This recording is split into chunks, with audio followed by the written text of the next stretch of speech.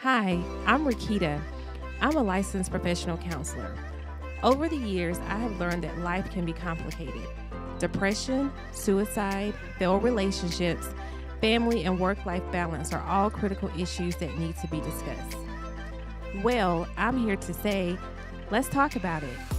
Join me as I discuss with various individuals the many complexities of mental health. Welcome to Couch Talk with Reketta. Hello everyone, welcome to Couch Talk. I am Reketta Wright. I'm a licensed professional counselor, and Couch Talk is just a platform to educate people, to empower individuals about different life challenges. It's where I have guest experts, guest therapists on to talk about different things that happen in life. Life happens to us all, and it's just good just to talk about some things in case you are afraid to share with your family, your friends.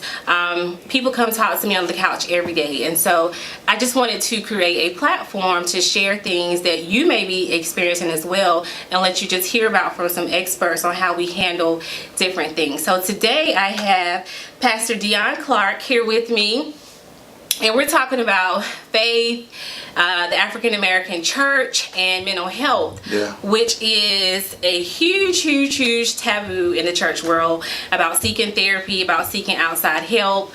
And so I am a believer. I believe in God. I am a Christian, but I also believe in other things that can help you heal emotionally. So I wanted to bring a pastor on today to hear about maybe some of the things that he's seen in pastoring and how he helps his members to deal with certain challenges. So I want to first thank you for being on Couch Talk. You're welcome. So just tell us, who you are, what you do, and just enlighten us on who you are. Okay, I'm Pastor Deon Clark. I'm the senior pastor of Equation Church here in Greensboro, North Carolina.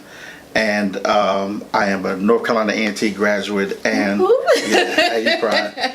And we are just a church that believe in enabling the city and loving people the way God did it. And it's just funny that I'm here on this week because I just got through talking to my church on Sunday about how the African American church neglects mental health. Wow. And so, because when we grew up, we was always told, oh, if you go talk to someone, it was like detrimental. It was like you were bad. It was the devil. It was no good. It was like, and I said, listen, I believe in God each day, every day. He's a healer. I know he can do it. Yes. But sometimes you have to go get help. I think that everything requires action. So if you're going to get blessed, it requires action from you. If God's going to answer your prayers, it requires action from you. Same thing, if you're going to get healed mentally, holistically, it requires action. You have to do something to help yourself. That is so true. And so I think that it's great, everything that you just said, because you have to put the work in to see those results. And so what do you think some of the challenge is in the faith-based community about actually seeking help? What do you think the taboo is about it? So I think that the first thing is fear. It's fear. It's fear to allow someone else to help you, or fear that you may get seen going into someone's office, or fear that your business may get told, or fear that you may think you're crazy based on your roots. And when I say your roots, it's tradition. Everything is traditional. So we in the African American church, we let our community down based on tradition. And so we're afraid to break tradition. That's good. So based on what we're taught, we try to stick to what we're taught, knowing we need to break from tradition to get better, going for where we need to go. Right. And so I think that's the number one thing: fear of breaking tradition, or what you were told, or letting someone else into your life, letting someone else into your circle. I tell people all the time, I can only give you spiritual counseling. I'm not educated, certified, trained to give you mental health counseling. People have to understand there is a difference. It's a difference. Yeah. I think fear, I think tradition, and I think those are the main two things of just why we in the African American church, and even in our ethnicity, just don't want to go get help. But I'm telling people, I told my church Sunday, even the people that help people sometimes have to get help. Yes. And it's okay. It's okay. And so, we are, I know you didn't ask me this, but we are, and you're going to be a part of this, but we are going to take a Sunday next month just to have a mental health panel. Okay. And vendors for resources. So I'm not even going to preach a sermon. We're going to do that in place of the sermon where people can ask questions, because that's how different we are, not to get stuck in tradition in order to just make sure that everybody understands mental health is real. It's real. And we avoid the facts. We avoid the ambiance, or we avoid the signs. Right. And so then, because in our church, I've seen, not in our church, but just overall in ministry. I've seen people, be suicidal. I've seen people deal with, anxiety. I've seen people, who have all type of mental health disorders. Right. And they're just afraid to go after it. Yes, that's so good. I think that is awesome that you're gonna. That is really community work. That's ministry. It's not your normal. We're gonna have church, but you're really trying to reach people in a different way to let your members know that I care about you. Absolutely. I believe in this. I think this is important, and people are suffering in silence.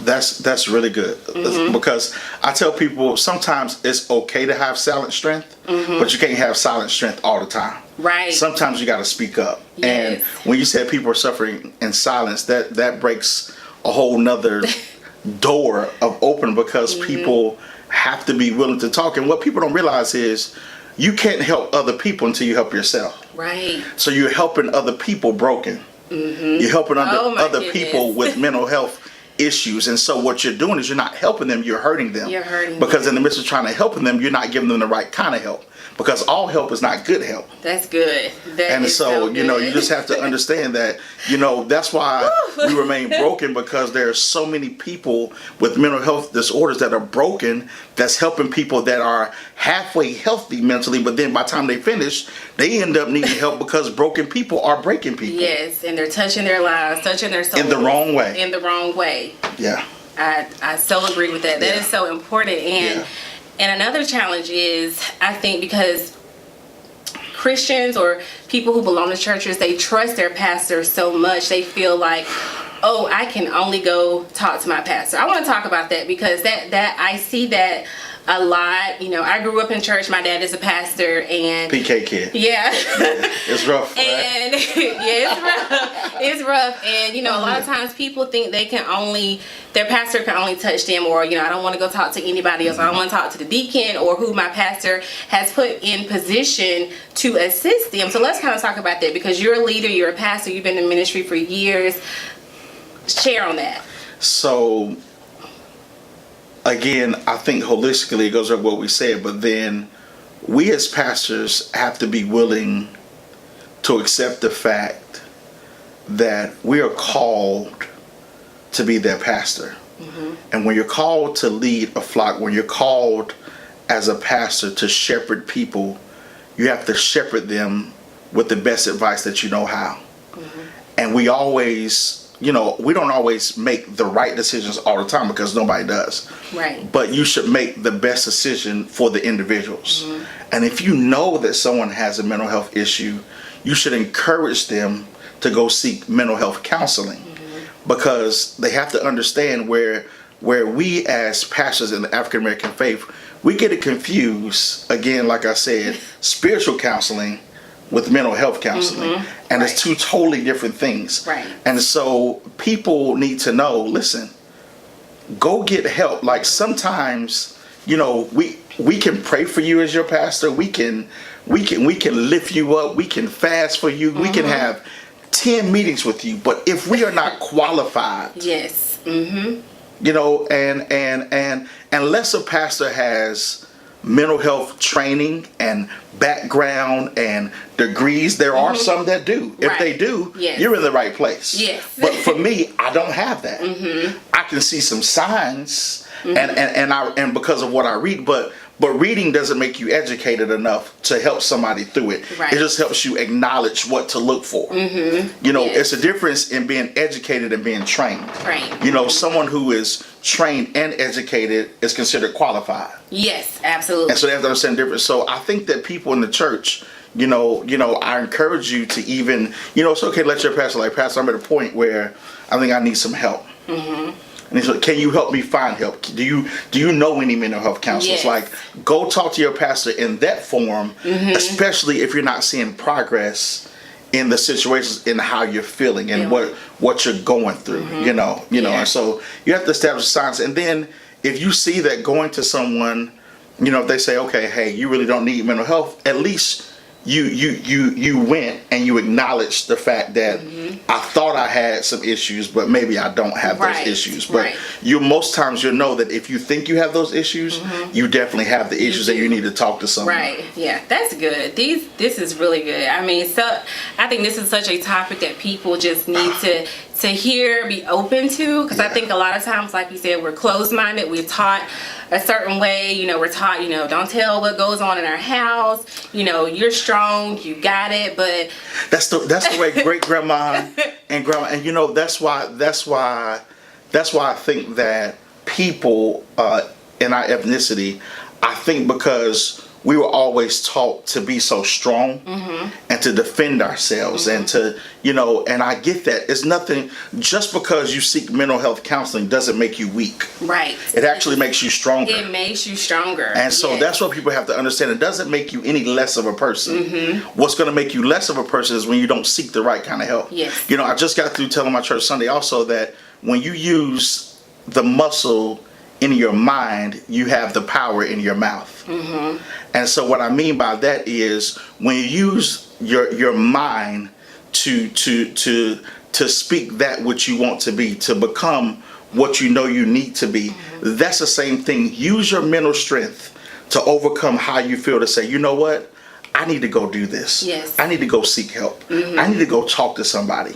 And it doesn't have to be somebody that you know. You know, we think that we can get mental health counseling from our friends. No, that's not it. Yes, you know, that's not it. Not from your pastor, not from your friends, you know, not from your husband, wife. You know, you get support from them, but not the right kind of help. Right. And it's great to have that support system. I always tell people you need at least 3 to 5 trusted people that you feel like that will support you through anything that you can just share anything with. But again, that's different from seeking trained, qualified professional help. And sometimes there's a cost that's associated with it. You know, that you have to pay for. It's an investment of time, of money, and also resources. Yeah, and I think that's also another thing of why people don't, because they're afraid of the cost. But I believe, and you can help me, I'm not sure, but aren't there certain situations where maybe their insurance will help pay for some of it, but they just have to do the research depending on what's going on and seek their physician and all those things like that, you know. And I think that people should understand that, listen, there are ways to get help if you really need the help, but if they don't, an investment will always return to you, the right kind of investment. Yes, the right kind of investment. You know, and so it would always return to you. So if you invest in yourself now, it'll definitely pay off later. Yes, and just to let people know, there are, if you have insurance, a lot of times your EAP can provide those first free 5 or 10 sessions depending on what your insurance plan covers, and that's a great way to start out, to see, okay, is there something really going on with me? Let me go talk with somebody. You know, utilize those benefits that you have through your job because they're very necessary. And we just have so much to talk about, but we have to wrap it up now. So what would you just like to empower people with and leave them with today? It's going to be so many people watching from across the world, different cities, different countries. What do you want to share with them as we close out on today? I think that the main thing, holistically, just take the approach that we've talked about the last few minutes and just know that it is okay.